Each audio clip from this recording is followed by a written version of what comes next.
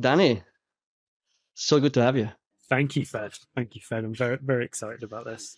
Not our first conversation around seaweed, funnily enough. Definitely not. No. But certainly one I've been looking forward to.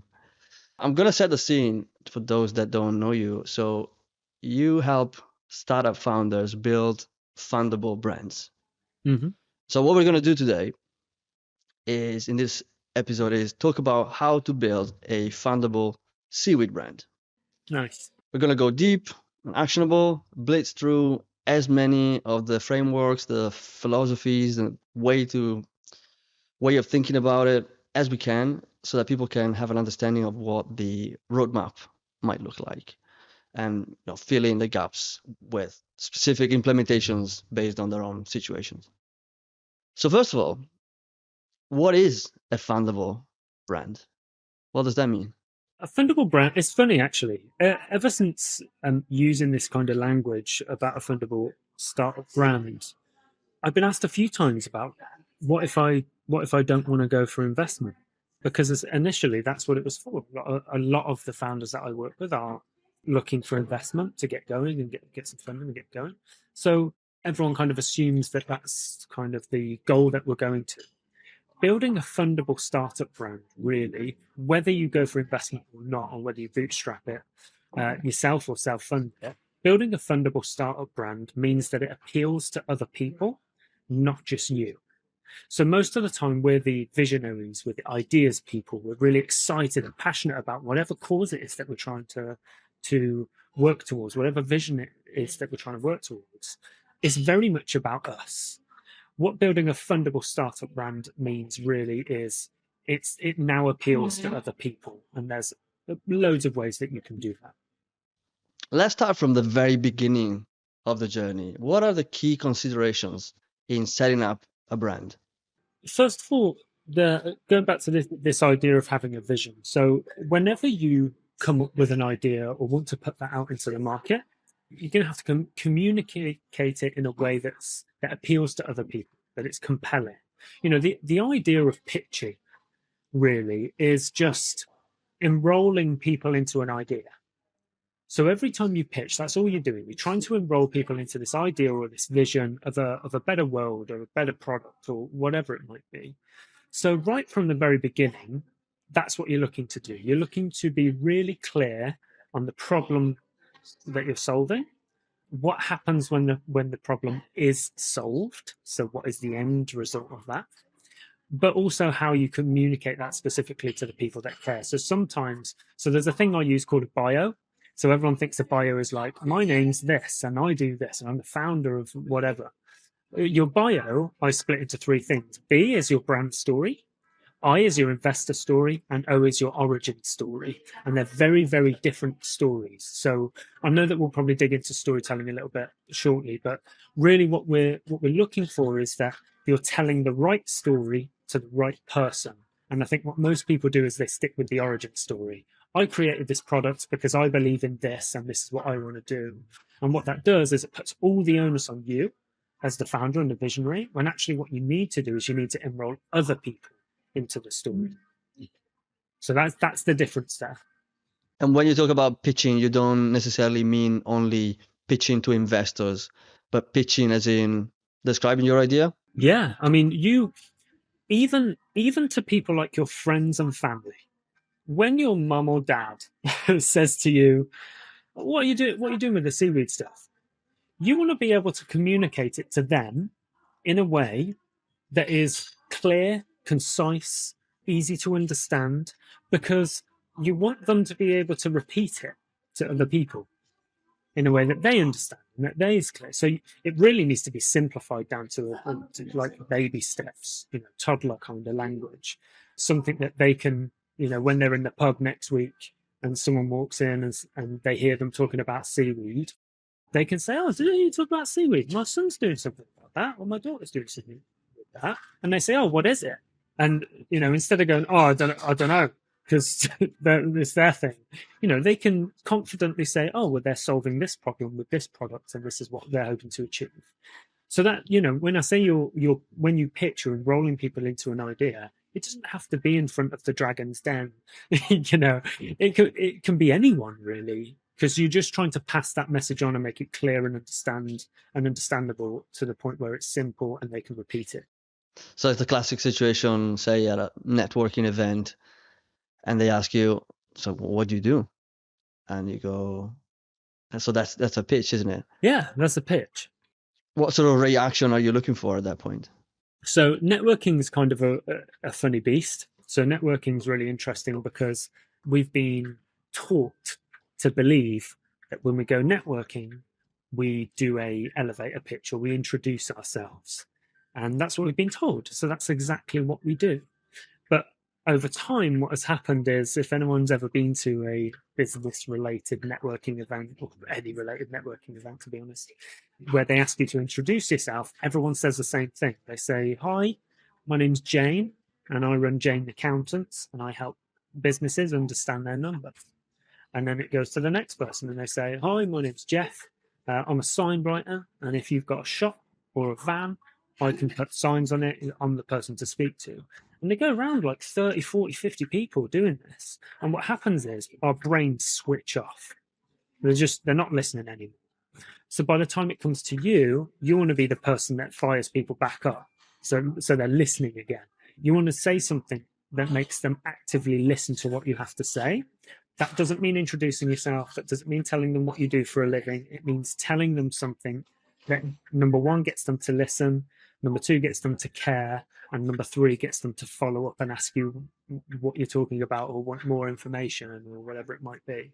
And I think one of the big mistakes that people do is they give too much away to the point where people just assume they know what you're talking about. They assume they know what your business is.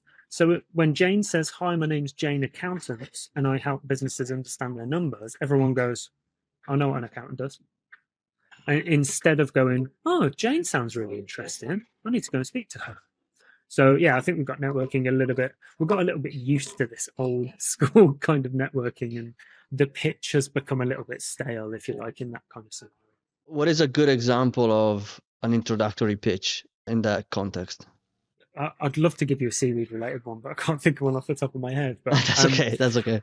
there's a lot of data and statistics about businesses and survival rates and things like that. So something like that, there was a report released by Enterprise Nation, which is a membership organization I'm part of for startups and small businesses. And they released a report that said, I think last year there was 860,000 businesses started. So we're nearly at 1 million businesses being started a year, which is blows my mind. So if you're in a networking situation and everyone's kind of introduced themselves, but I'm the person that stands up or starts and says 1 million businesses will be started this year, which means that it's a phenomenal time to start a business. The problem is there's a million businesses being started, so you're also in between the noise, and you're not the only one that's trying to get to market and get to the customers you're trying to attract. For us, our speciality is helping you become known and memorable, so you can get business over your competition. If I stop that pitch there, nobody knows my name. They don't know what I do for a living or what business I run. But if you are currently thinking, I'm having trouble attracting customers because I'm one of 1 million bookkeepers or accountants, and we all kind of do the same thing, you might be interested to talk to someone like me if I could solve that problem for you. Yeah, and the light bulb goes on. So in that context, what you're actually looking to do is focus solely on the problem and solution and forget about any of the smaller talk, the names, the company names, what you do for a living. You just want to tell someone, I understand this problem and I can solve it for you. And if you want to find out how, you're going to have to come and talk to me. And then people will, naturally. The next thing that will happen, when you do it right, the next thing that will happen is everyone will stand up and go and get something to eat or have a coffee break or whatever. Someone will walk up to you and go, what you said was really interesting. I don't think I caught your name. And then you'll get into a conversation. So that is what people should be doing. But it's a really unnatural thing to do, isn't it? To just walk into a room and say a bunch of stuff without introducing yourself, which is why I think no one does it. And it's not what we're being was going to say not what we're being taught, but also not what we have become used to, I guess, and that's part of the problem. Yeah, exactly. Okay, you mentioned bio. So we're starting up a brand, a seaweed brand, of course. What would be the first step that you would recommend starting with? And if it's a repetition, we can go on to the second. So bio is brand story, investor story, origin story. If we go backwards, I think it's probably a good thing to do. So the origin story, it's the answer to the question, why are you doing this? Like, why did you start this business? Where did the idea come from? That is the origin story. You're looking at, I had this problem, or the world has this problem, and I've got something that could solve it. And so I'm looking to put that into the world to make this change. So that's a really easy way to think about it. It's almost that I think people understand. I think that is probably the go-to, the natural kind of language. You know, if someone says, "Why did you start this business?" You just tell them the story about why we started this business. It doesn't require much structure or training, or for me to coach you through that process. So that's nice and easy. An investor story is slightly different. An investor story is similar to a brand story that we'll come to in a minute. You're looking to invite an investor into a story they want to become a part of. So instead of leading, and this doesn't change the traditional pitching kind of method for investors, but it does change maybe the order that you say things in. So what usually happens is people say, my name's Danny and I'm here today to pitch this business, seaweedsnacks.com. This is a problem in the world. We want to create seaweed snacks to be able to solve the problem. We need this much money. We're going to spend it on marketing, people, and get to market, for example. And basically what that does, that's a standard investor pitch. What you haven't done at that point is invite the investor into a story they want to be part of. So if you're standing in front of an investor and they are interested in climate change or something specific, you want to start with a story about the world. You want to lead with the problem itself and the big vision, like what you want the problem to be solved, how you see the world once the problem is solved. And I'll give you an example of how you can do this in a moment. So the next one is a brand story, and this is the type of story I think most people need help with, and most people can massively benefit from changing how they communicate. So my entire world changed when I realized I was communicating wrong. When I realized that whenever I communicated, if I just tweaked one tiny thing, it would make a huge difference. And it's backed up by neuroscience. So a brand story, there's a big statement I usually make around this, which is that if you have a seaweed brand, let's call it right now, people will buy from your competitor, even if they have a worse product than you, purely because they communicate clearer. If you pitch and you have a better product than your competitor, the investor will invest in the worst product because it's communicated clearer. So to understand how this goes into a brand story is, a brand story is a little bit like your origin story. It's a little bit like an investor story where you're pitching the problem and the solution and how you're going to get there and the big vision. But this time you're communicating it from the customer's point of view. So everything you're saying is not, it goes from, we're creating a seaweed brand.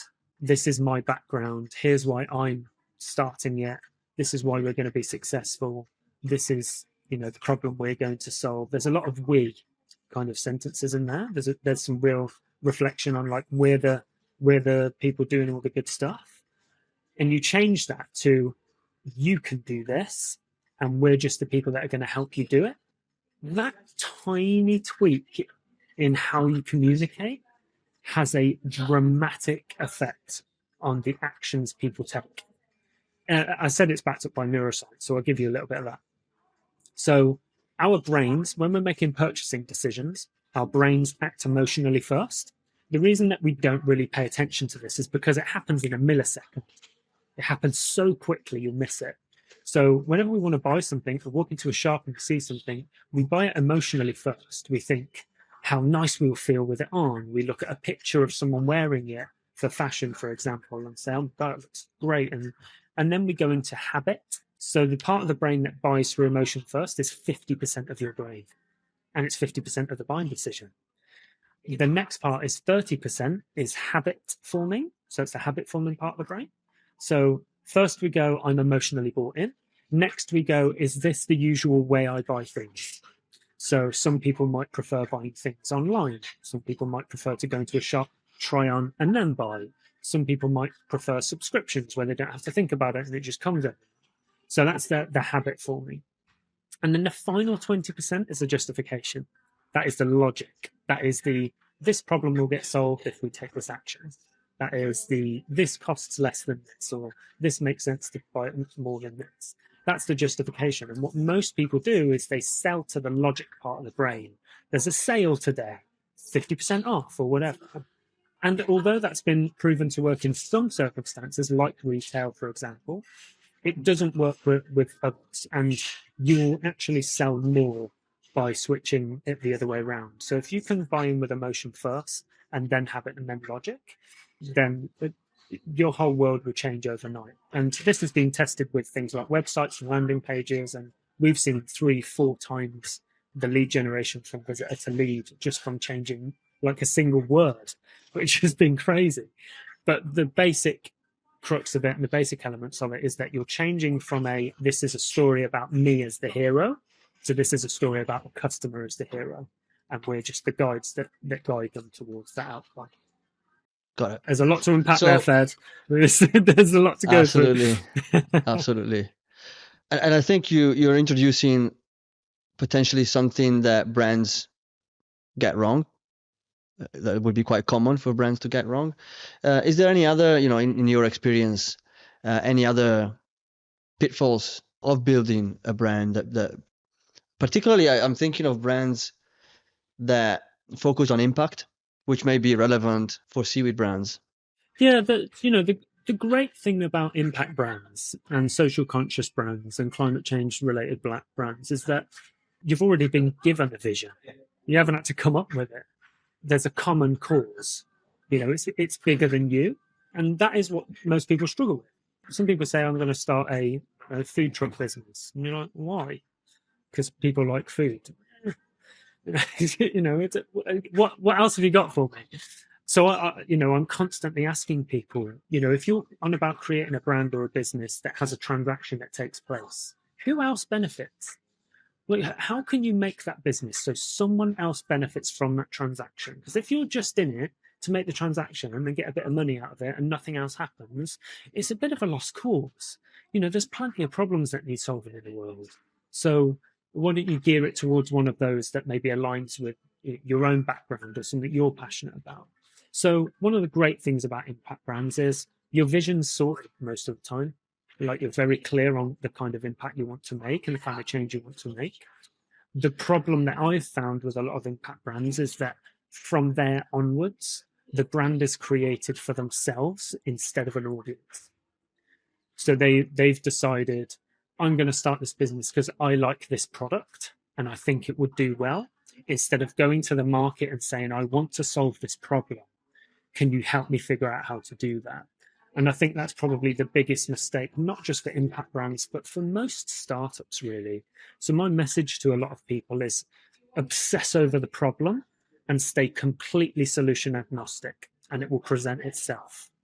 And what I mean by that is, like, if you just focus on what the problem is and the people that are encountering this problem or experiencing this problem, they will tell you what they need you to do.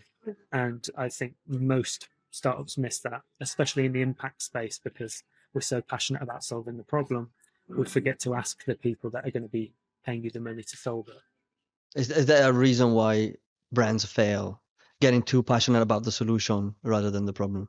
Yeah, that's literally it. Most people start a business having skipped a complete stage. And, Silicon Valley have got a lot to answer for, in the sense that they've spent so long building technology businesses that essentially we only see the end result. We don't see the beginning.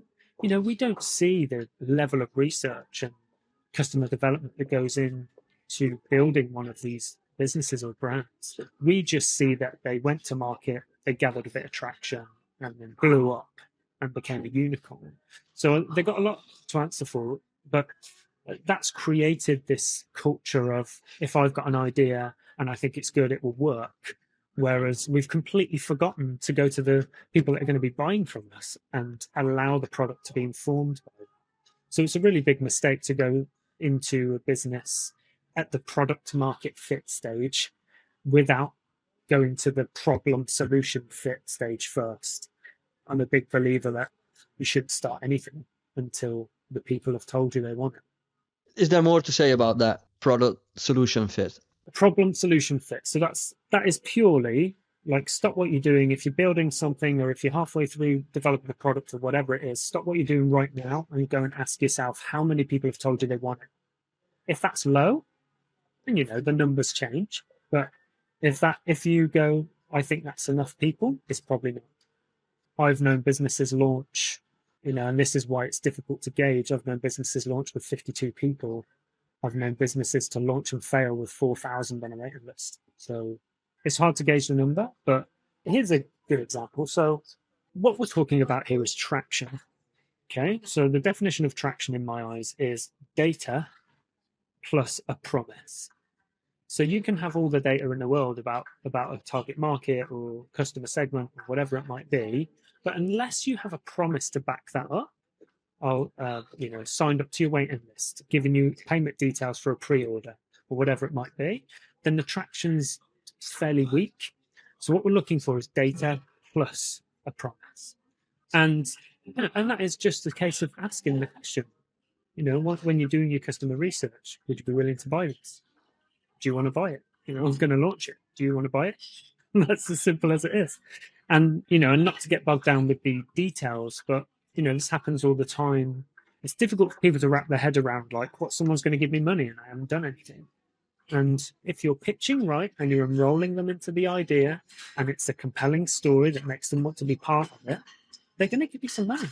And it can work a little bit like crowdfunding campaigns where they give you payment details, but the payment doesn't get taken until you launch. You can do that without crowdfunding platforms. So yeah, I think what we're looking for is data plus a promise, and only then should you really build a product. Do you think there's more to say to talk about the crafting the right story at this point? I tell you what, there's a couple of guidelines I can give you. So when you're trying to come up with a brand story, you're first of all trying to tell it from the customer's point of view. You're placing them as the hero of the story instead of you as a company or a brand or a person. And essentially what you're trying to do is you're trying to connect with them emotionally first. Now, there is a standard storytelling map or process, if you like, that has been used for centuries, and it's never really changed. It's only really been in the last couple of 100 years that people have started to use it for marketing and sales and brand messaging and things like that. But if you watch any movie, and sorry for any movie buffs, but if you watch any movie, most of them follow the same pattern. They have a hero that wants something, they encounter a problem, they meet a guide, and then they are guided through a process to have a successful outcome and to avoid all the bad stuff, the negative outcomes. That is basically every story you've ever come across. You can go, next time you watch Star Wars or any movie, it's exactly the same thing over and over. After you understand this, actually, when every movie starts, you can almost predict the ending. You just don't know how they're going to get there. So, and what's really interesting is the reason that most stories have a hero and a villain is because their backstory is actually the same.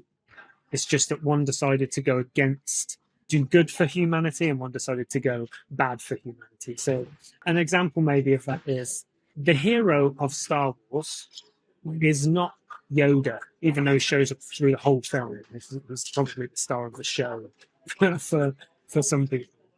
But Luke Skywalker, for example, is the hero. He is the person that is led to successful outcomes, finding his father, if you like. So if anyone hasn't seen it, you've had plenty of time So don't blame me. Yeah, no excuses So at this point. yeah, no excuses. Yeah, so like Luke Skywalker, for example, is the hero, but he's guided by Yoda through the story. So you have to think of yourself and your brand and your company as Yoda, not Luke Skywalker, if it gives you a little bit of context. So most stories have hero and villain. So for example, like the Avengers. Oh, so Spider-Man, for example. Spider-Man gets bitten by a spider, but there's also a villain, the Green Goblin, who has like a science lab that plays with doing evil stuff. They both have some kind of adversity in their background, but one decided to use it for good and one decided to use it for bad. That is basically every single story. So what you're trying to do is you're trying to build a narrative or a story around your hero. Who is your hero? So the first thing to do is who is your hero, no matter who it is, and what is their problem. So is it I'm going to use a really cliche example, but is it someone who's interested in fitness and nutrition, right? But hates the fact that every single protein shake or supplement they have is just like plastic everywhere and additives and a little bit of sugar here and there and what have you. That's their problem. They can't find something that is natural, that they can digest easily, that doesn't have loads of plastic packaging and is not destroying the earth. Then they meet a guide, which is you. You're a brand, a person, or a company that advocates for zero waste supplements. And you've tried to replace what's on the market and used mostly by fitness professionals like protein pills or whatever. And you're trying to replace what's currently on the market with a better alternative. I'm going to use an actual example. If you enjoy cold water swimming or ice bath dipping, there are risks involved with doing that. And depending on what temperature the water is or the ice is, would depend on how long you should spend in that water or in that ice bath. At the moment, if you go and look for a thermometer or a timer, the options on the market are cheap Chinese plastic imported with rubber duckies on that don't make you feel good about getting in water or getting it out in front of all your friends, right? Also, the materials used are terrible. If you want to measure cold water, you have to go and find a specific thermometer that goes minus 20, minus 50. And the mercury, if it breaks, will pollute the water. And there's some statistics around how much mercury pollutes the water every year. So I met a guy called Chris, who was in university, local to me, and he won a big ideas competition of his startup idea. And he said, I'm a cold water swimmer, and every year people are trying this new thing that is great for your health and great for mental health and all those things, because it helped him with some mental health when he lost a friend to suicide. And it's been a real savior for him. Now, he went to find a thermometer to help with the risks of being in there too long, hypothermia, pneumonia, those kinds of things. Couldn't find anything that he would be proud to take with him on a swim with all of his male friends, because they have a group called the Icebreakers. So he said, that's what I'm going to do. I'm going to go and create a cold water thermometer made out of non-toxic organic materials.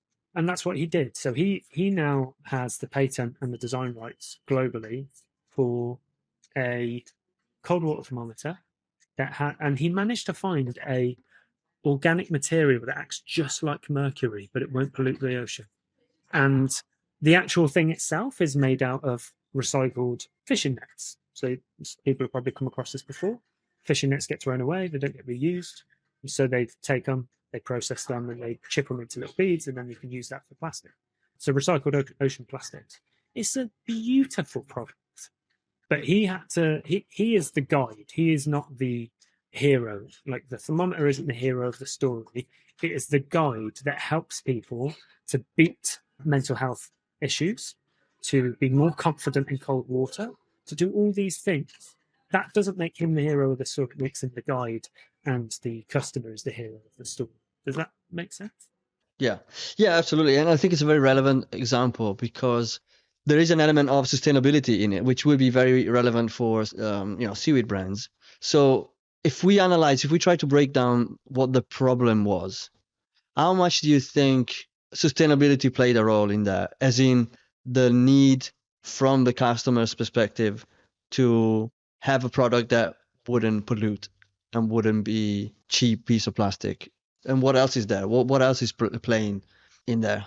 Yeah, that's a great question. So in this example specifically, I think his idea to create a really good looking product that was really easy to use and that fit that kind of market of dippers and of swimmers and those kinds of things, I think was his own passionate idea. I don't think it was validated by anyone. It was his own idea, it was his own passion. You know, contrary to what we've just been talking about, this was just like, I think this will work. He's in a position now where he is trying to validate it. He is putting it out into the market and allowing people to pre-order it, for example. The other things that I think are at play are that even though it was his own idea, through research, he could see that if you go and try and buy a cold water thermometer, there is nothing on the market like it. There is no, outside of a plain white thermometer with with a separate timer stopwatch or whatever, there's nothing. It's all like rubber duckies and bath thermometers and baby thermometers. And there is nothing out there for cold water swimmers and ice bath dippers. So he could just see a massive gap in the market because those people weren't being served whatsoever. If they did. So when you're doing customer research and trying to figure out if this thing is going to fly, one of the great questions I always implore people to ask is, if this didn't exist, what would you do? And that question to potential customers gives you a really good idea of what else is out there and what people would actually do. So when he goes to customers and says, look at this amazing product, if it didn't exist, what else would you do? Their answers are nothing.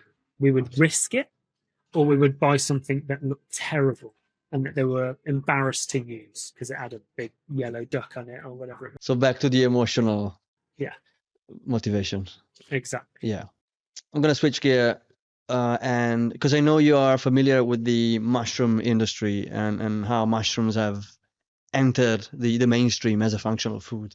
And I think in many ways, seaweed and algae more in general are similar and could follow a similar path. So what are some of the insights and lessons learned that we could take from the mushroom industry, in your opinion? Yeah, that's a great question, actually. So the product won't do the job for you. When we're talking about mushrooms, for example, the people that are buying these products are usually people that have been exposed to health benefits, or someone's told them about them, and they don't really understand the science until after. And that means that on both sides of the coin, really, the first side is you better have an amazing product if you want people to buy it. It's not good enough just to hash something together. It has to be good. It has to be up to standard. You almost have to hit the market as if you've been around for 10 years because it's so saturated and there's so many products and people are buying so many different things now. You really have to hit the market with like an amazing product for it to gain any amount of traction. On the other side of the coin, the product isn't everything. You have to really understand why people are going to buy this and what their problems are and what you can tap into. And then you have to focus on one, I think, because there's some mushroom supplement companies that focus specifically on entrepreneurs and focus. There's other ones that focus on health conscious people that don't want to change their routine or add anything to it. And instead, they just want it to become part of their life. So whereas one company that focuses on entrepreneurs that are happy to just like take a few capsules and let that be an addition to their life, other people just want it to be part of their lifestyle, like at very low effort. So they will buy like a coffee that has it included because then all they have to do is replace their coffee instead of like adding another supplement to their life. So, and this is about the habit part of the brain. So once you've got them emotionally with like, this is an incredible product, it's great for the environment, it's great for the planet, it's great for you, it's gonna help you improve focus, cognition, sleep, whatever it might be. The next thing is habit forming. So is this going to have to change your daily habits, or can I just integrate it into what I'm already doing? And then the last part is, can you justify it? Can you justify paying £43 for a pouch of coffee just because it's got mushroom? So that is the process that people do when they're buying things. That's exactly what I did with mushroom stuff. That's exactly what other people will do with seaweed or algae products. From your work with brands over the years, can you think of any other piece of tactical advice that people can go away and implement? Anything that you found particularly effective with your clients, perhaps? Only that the basics are the difference.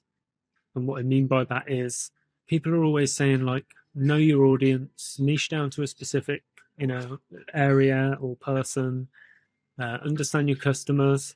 Honestly, it's the secret to everything. And what is interesting to me is that some people just don't want to do it. They don't want to do that. Why would that be? It's hard work. For someone to, it's funny, it's the boring stuff. Do you ever come across a business that's really boring, like normal stuff, and you think it's amazing that they're doing so well? It's because the boring work is the work. The boring work is what keeps things ticking. For every glamorous social media job is someone who sits there 10 hours a day scheduling social media posts. Mm. Like, that's the grunt work that no one wants to do, but it's because they sit there doing it for so long. So customer development is really important. It should never, ever, ever stop. You should always be doing customer development. You should always be researching and speaking to customers. And eventually it'll be someone else, but in the beginning it will be you. And if your job for the next year is to sit at a desk with a phone, calling humans and asking them about this problem and solution, that is your job. That is your only job. And most people get bored of it and just say, no, we're going to launch a product now because we've spoke to 14 people. And other people will go and speak to 400 people and they will survive. Nothing fancy here, Fred. It's like you have to do the really boring, monotonous, rubbish work. That's usually what makes a difference. That's a great point. Well, Danny, is there anything that you would like to mention in closing that we haven't brought up? I don't think so. One thing that I love is very specific industries like seaweed fed, as you know. And I think that people in industries like this that have a focus, like a really narrow focus, and that are in a space that is very linked to sustainability and climate change, I would encourage you to just listen to this and maybe take a few tips and go and implement them, because some of the work has been done for you and you're in such a great position. So go and try some of the things I've mentioned and let me know how it goes. I'd love to hear from you. I'd love to see how it's changed what you're doing. And if you want any clarity or to ask any questions, connect with me on LinkedIn or however you want to give some contact details. And I do a regular workshop online, which is how to build a fundable startup brand. So feel free to join one of those. It will be the best insight that you will get. I basically give everything I know away for free because I want this to have an impact and I want people to use it. Go and join that. That's probably the easiest thing to do. You can do that at www.shortstoryventures.com/workshop. Is that the best way to learn more about what you do and start working with you and Short Story Venture? Yeah, absolutely. There is we're not for everyone, so it is a register of interest if you want to work together, and we'll review it. And there's usually a bit of a waiting list. So if you're interested, join the workshop and ask all the questions you can. Because we're busy, we often give away a lot of information for free. So happy to help anyone that needs it. Fantastic. Okay, won't keep you any longer. Thank you so much for your time, Danny. It's been a great conversation, and I'm glad we managed to get this one recorded. Thank you, Fred. Love to do it again sometime. Cheers.